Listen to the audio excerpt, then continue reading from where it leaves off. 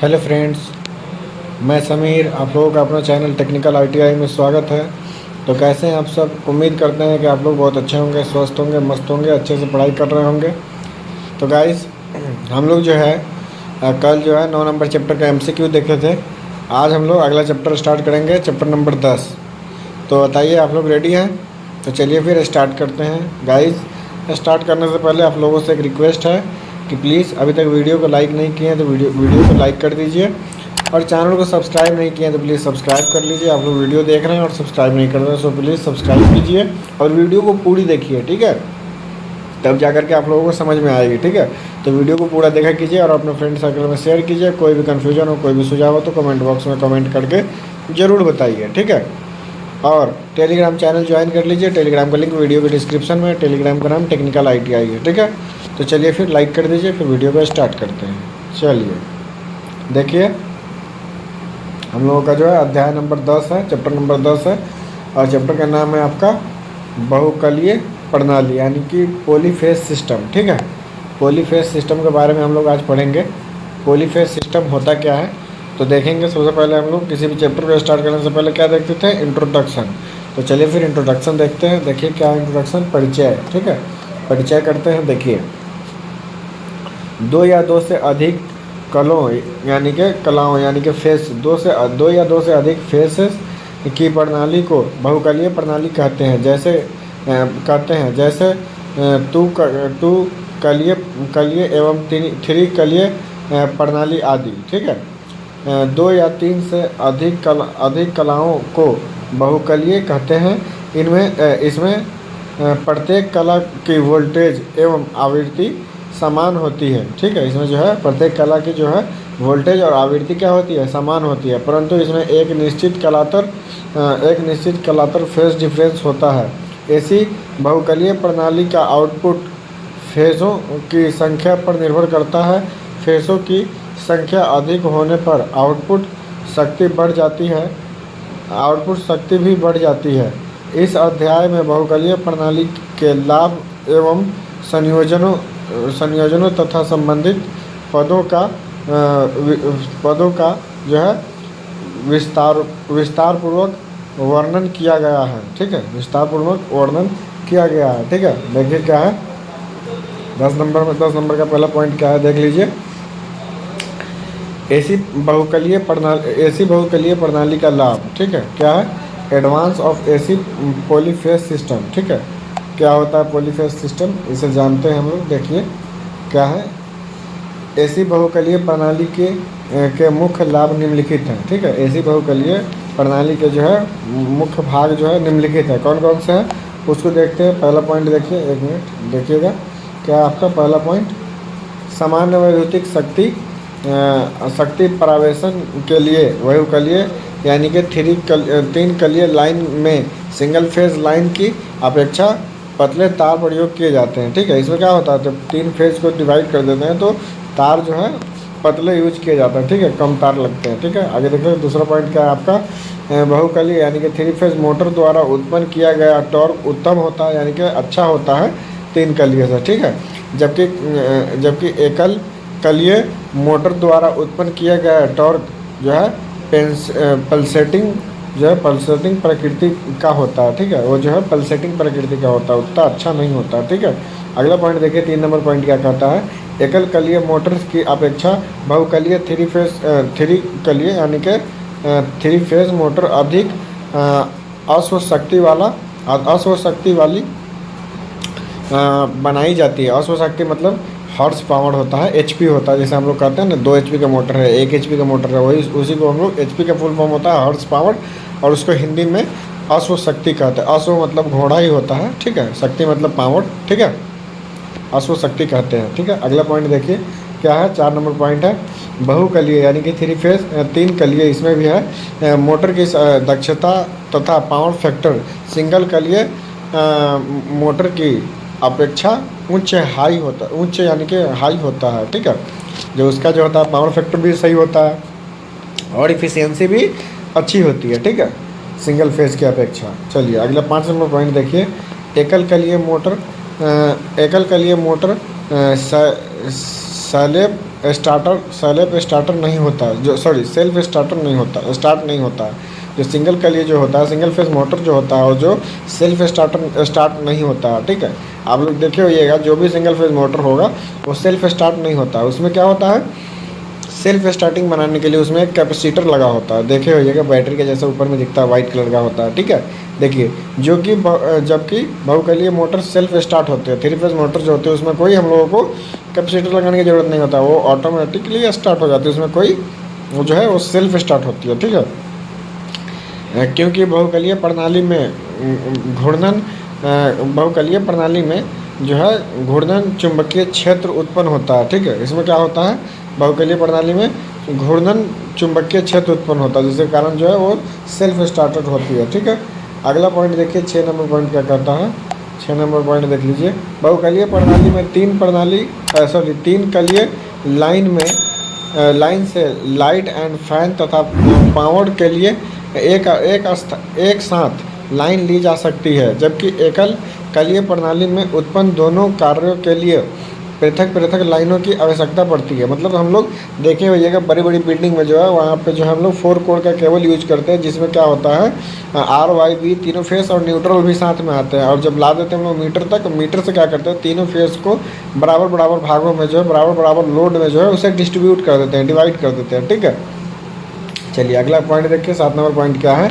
बहुकलीय अल्टरनेटरों को सरलता से सिंक्रोनाइज कर समांतर कार्य में चलाया जा सकता है, ठीक है। उसको जो हम लोग समांतर कार्य में जो है चलाते हैं, ठीक है, सिंक्रोनाइज करके, ठीक है।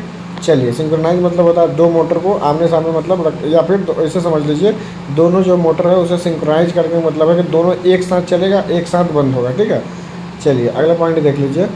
अगला पॉइंट क्या है आपका, तालिका। देखिए तालिका में क्या है, बहुकलीय और एकल कलीय प्रणाली तुलना, मतलब सिंगल फेज और थ्री फेज मोटर के जो है तुलना दिया गया है। ये आपका बहुकलीय और ये आपका सिंगल कलीय, यानी कि बहुकलीय मतलब जो है आपका थ्री फेज और सिंगल मतलब सिंगल फेज, ठीक है। तो चलिए देखते हैं पहला पॉइंट क्या है आपका। पहला पॉइंट यहाँ पे देखिएगा, पहला पॉइंट है सामान्य आकार के एसी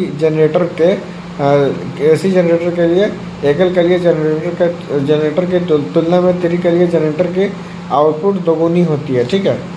समझ रहे हैं, सिंगल फेज में क्या होता है, सिंगल फेज की तुलना में जो है आपका थ्री फेज की जो होती है आउटपुट जो होती है क्या होती है, दोगुनी होती है। वही देखिए अगला क्या है, समान आकार के लिए एकल कलीय जनरेटर की जो है आउटपुट तीन कलीय जनरेटर की तुलना में आधी हो जाती है, ठीक है, ठीक है। समझ रहे हैं आप, घट जाती है, ठीक है। अगला पॉइंट देखिए, दूसरा पॉइंट क्या है, बहुकलीय प्रणाली में तीन कलीय 4 वायर होती है, 4 वायर विधि। इसमें क्या होता है, 3 वायर और जो है 3 फेज और एक न्यूट्रल होता है, जैसा कि अभी बताए थे आपको।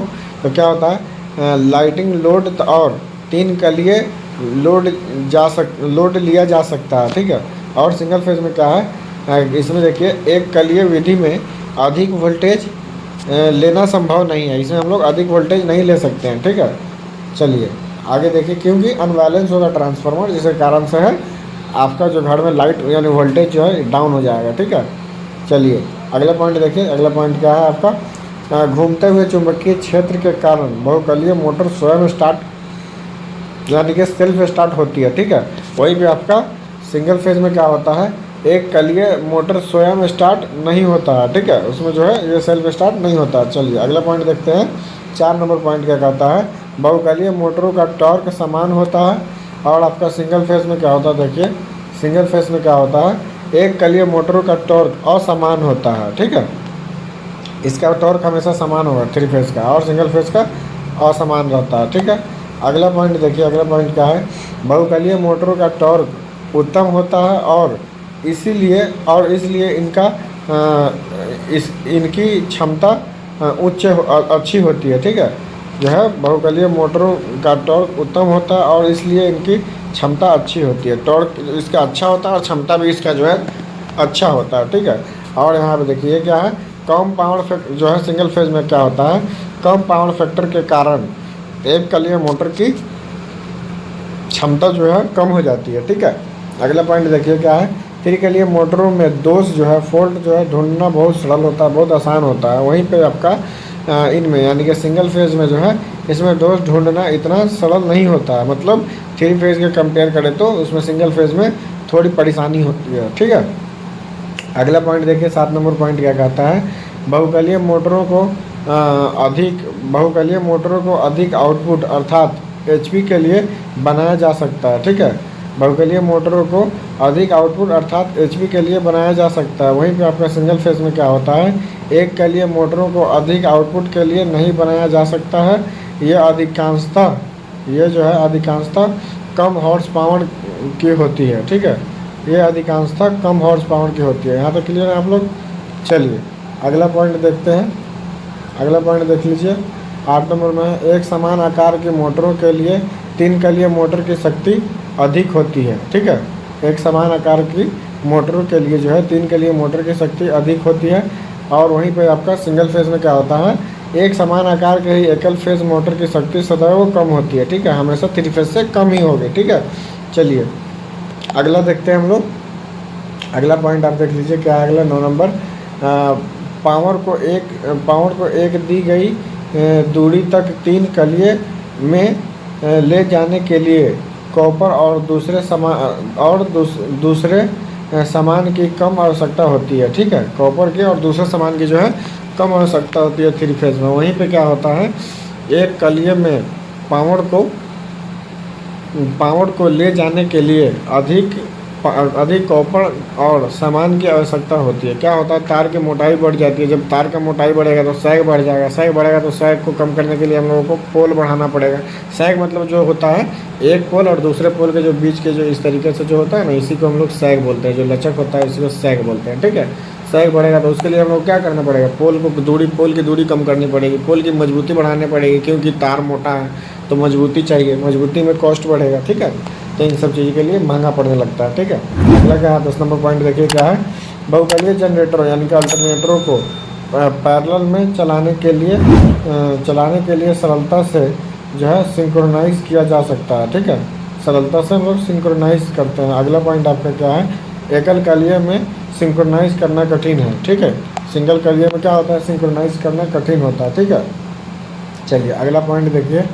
अगला क्या है 10.2 कलीय प्रणाली के प्रकार। ठीक है, इसमें क्या होता है 10.2 कलीय प्रणाली के प्रकार, टाइप ऑफ पॉलीफेज सिस्टम। ठीक है, इसमें क्या होता है देखिए, बहुकलीय प्रणाली निम्न 2 प्रकार के होते हैं। ठीक है, ये जो है बहुकलीय प्रणाली कितने प्रकार के होते हैं, 2 प्रकार के होते हैं। देखिए 2 कलीय प्रणाली 2 फेज सिस्टम में क्या होता है देख लीजिए।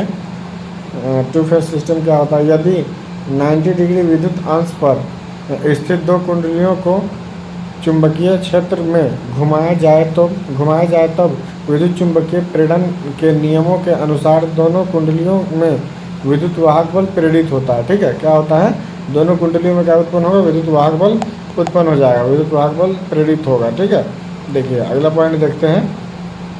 देखिए क्या है आगे है, यहाँ से देखिए, कुंडलियों में प्रेरित विद्युत वाहक बल E1 एवं E2 यानी कि दोनों कुंडली है ना, E1 जो है और E2 जो है। ठीक है, के मध्य 90 डिग्री कलातर होता है। यानी कि सिंगल फेज में कितना डिग्री होता है, 90 डिग्री कलातर होता है, मतलब कि फेस अंतर होता है। ठीक है, यह जो है प्रसिद्ध 2 कलीय जो है प्रसिद्धता कहलाती है। ठीक है, चित्र में देखिए, चित्र में जो है आपका E1 E2 तरंग रूप में एवं इनका जो है सदिश आरेख जो है प्रदर्शित किया गया है। ठीक है, इस तरीके से जो आपका दिखेगा, घूर्णन दिशा इसका दिख रहा है, यहाँ से नॉर्थ से साउथ की तरफ आ रहा है। ठीक है, ये जो आपका 2 फेस जो यानी कि 2 कलीय जो है परिपथ है। ठीक है, और यहीं पे देखिए इसका जो है आरेख दिखाया गया है E1 और E2। ठीक है, ये आपका 2 कलीय प्रणाली। यहाँ तक क्लियर है आप लोग। चलिए अगला पॉइंट हम लोग देखेंगे। अगला पॉइंट देखिए, अगला पॉइंट क्या है, 3 कलीय प्रणाली यानी कि यहाँ पे 3 फेज की बात किया जा रहा है। ठीक है, उधर 2 फेज की बात किया जा रहा था। अब देखिए 3 फेज प्रणाली यानी कि 3 फेज सिस्टम के बारे में हम लोग देखते हैं। देखिए क्या है, 3 कलीय प्रणाली में वाइंडिंग्स एक आर्मेचर जो है 3 कलीय प्रणाली में वाइंडिंग्स एक ही आर्मेचर में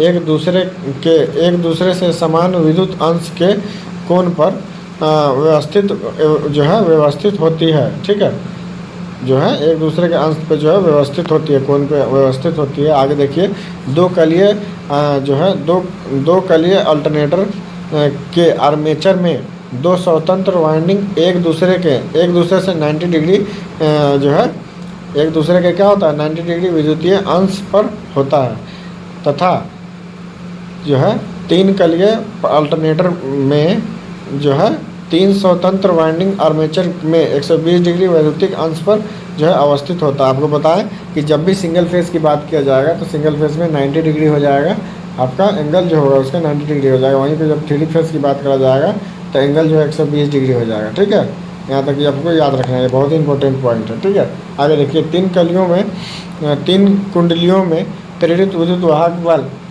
ER, तथा EB परस्पर 120 डिग्री कलातर पर होता है। ठीक है, यहाँ तक क्लियर है। चलिए अगला पॉइंट देख लेते हैं।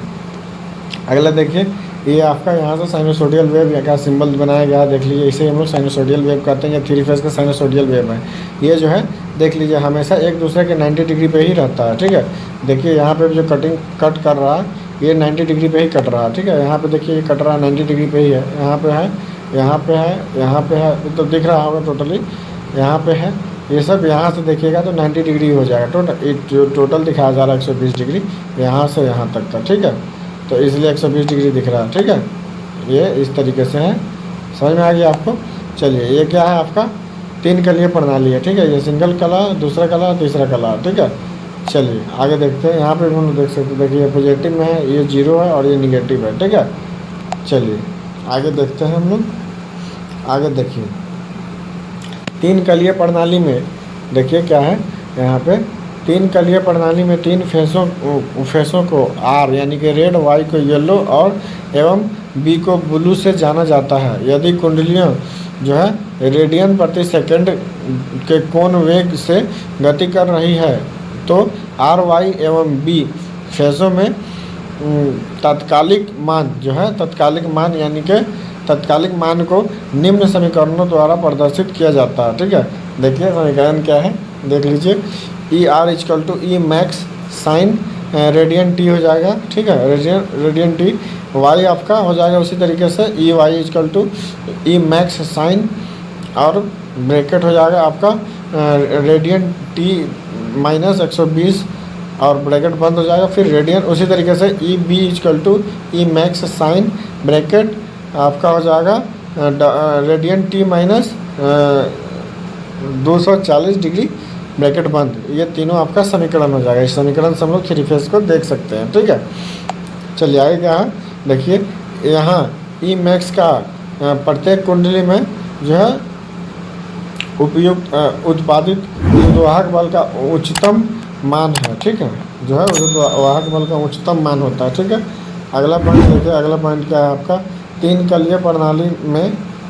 प्रणाली में कला अनुक्रम। ठीक है, तीन कलीय प्रणाली में कला अनुक्रम क्या है, phase sequence in three phase system. ठीक है, phase sequence in three phase system में देख लीजिए क्या होता है, जिस क्रम में तीनों कलाओं की वोल्टेज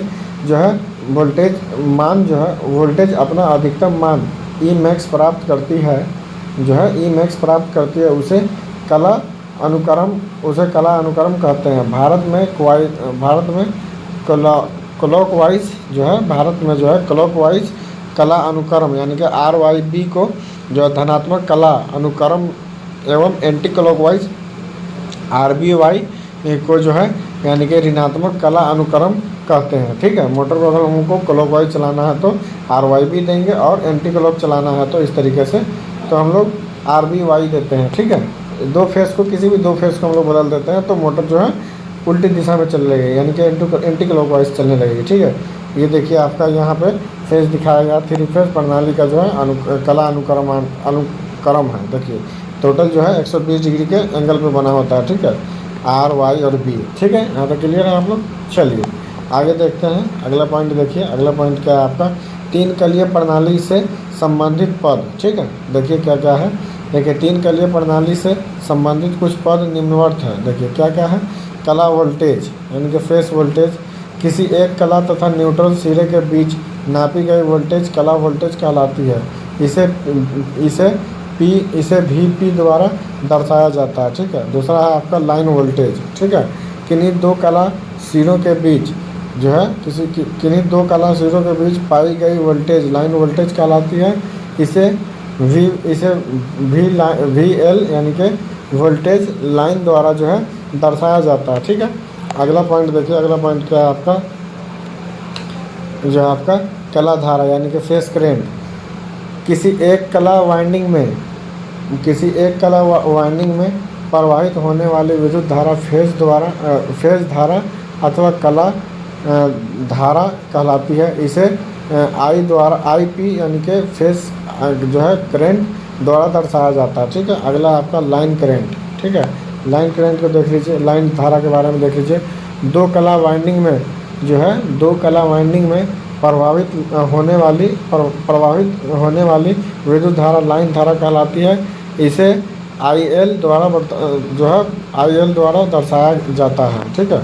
अगला पॉइंट देख लीजिए क्या है, कला पावर यानी कि फेस पावर। किसी एक कला तथा न्यूट्रल सिरे के बीच नापी गई वैद्युतिक शक्ति फेज पावर कहलाती है।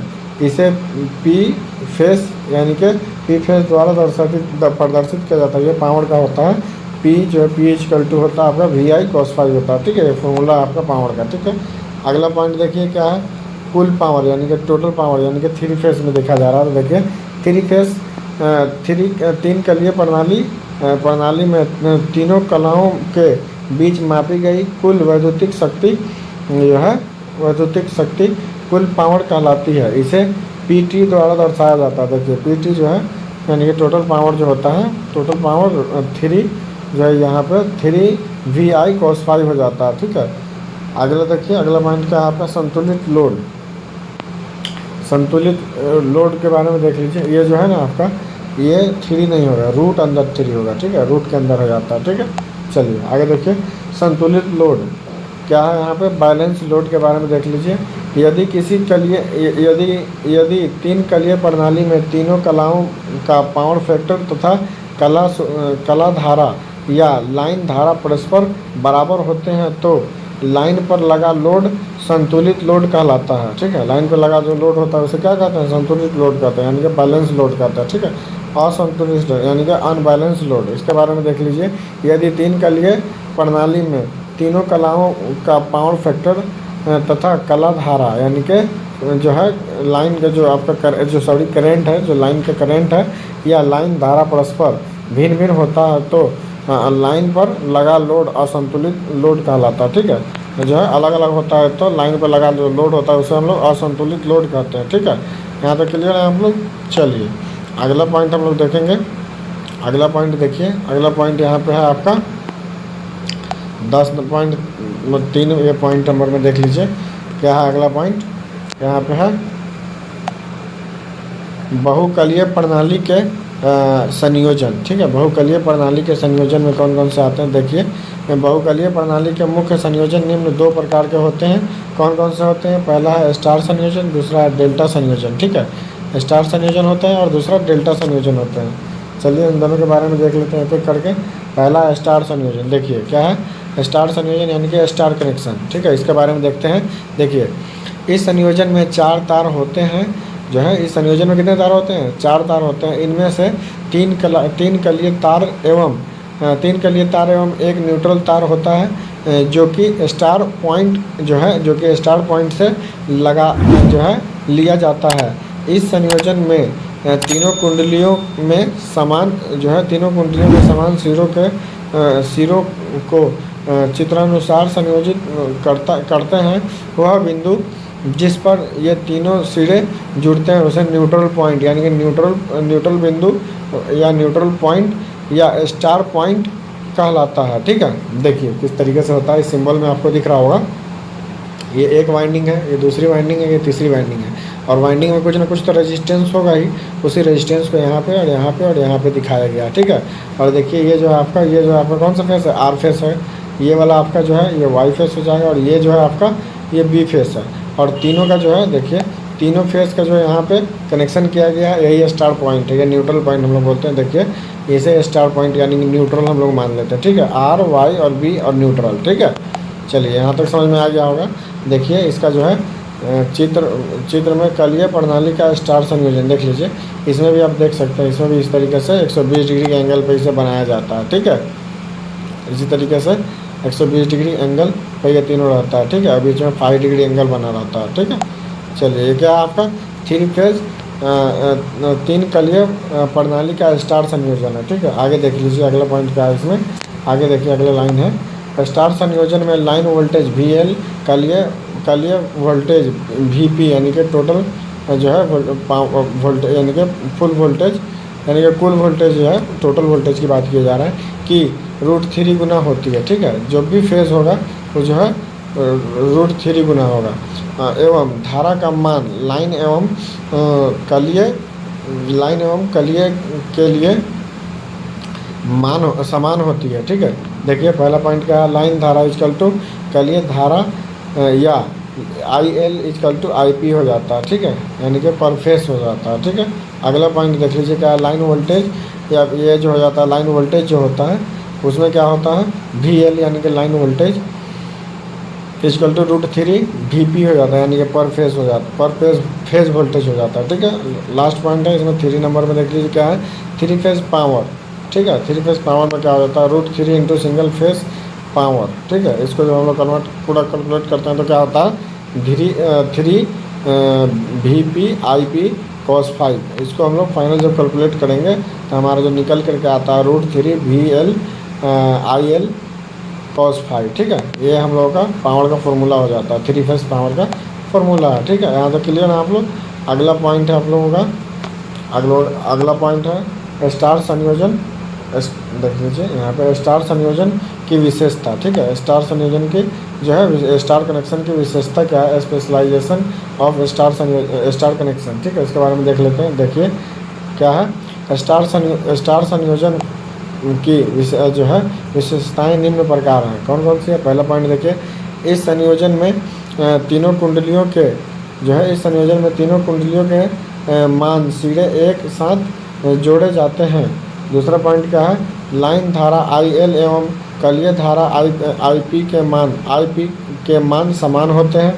अगला पॉइंट है लाइन वोल्टेज जो है लाइन वोल्टेज फेस वोल्टेज की 2 गुनी होती है। स्टार प्रणाली में संयोजित जनरेटर के कलीय कुंडली में जो है कलीय कुंडली में वर्तनों की संख्या कम होती है, अतः इनका विद्युत रोधन सरल होता है, ठीक है। चलिए अगला पॉइंट हम देखते हैं। अगला पॉइंट देख लीजिए। अगला पॉइंट क्या है आपका 4 नंबर पॉइंट है। यहाँ पे इस पद्धति में उदासीन बिंदु यानी कि न्यूट्रल पॉइंट प्राप्त होता है।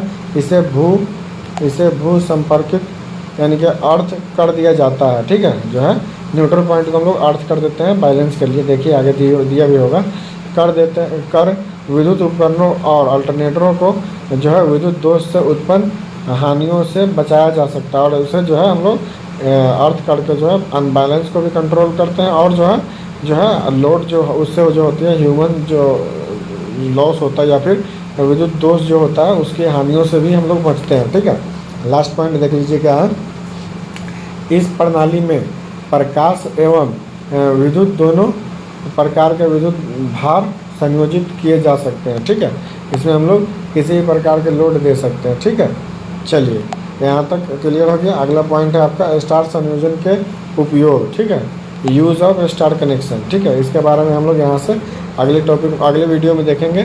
आज के लिए हम लोग इतना ही रहने देते हैं। फिर मिलेंगे आप लोगों से अगले वीडियो में पार्ट 2 के साथ। जब तक के लिए आप लोग अच्छे से पढ़ाई कीजिए, स्वस्थ रहिए, मस्त रहिए, खाना पीना खाइए, हाँ, और पढ़ाई करिए। और अभी तक लाइक नहीं किया तो प्लीज़ लाइक कर दीजिए, चैनल को सब्सक्राइब कर लीजिए और बेल आइकन दबा करके बेल आइकन को प्रेस कर लीजिए ताकि आपको टाइम टू टाइम वीडियो का नोटिफिकेशन मिलती रहे। और अपने फ्रेंड सर्कल में शेयर कीजिए ताकि आपके फ्रेंड्स जो भी हैं वीडियो का लाभ उठा पाए। कोई भी कन्फ्यूजन हो, कोई भी सुझाव हो तो कमेंट बॉक्स में कमेंट करके जरूर बताइए।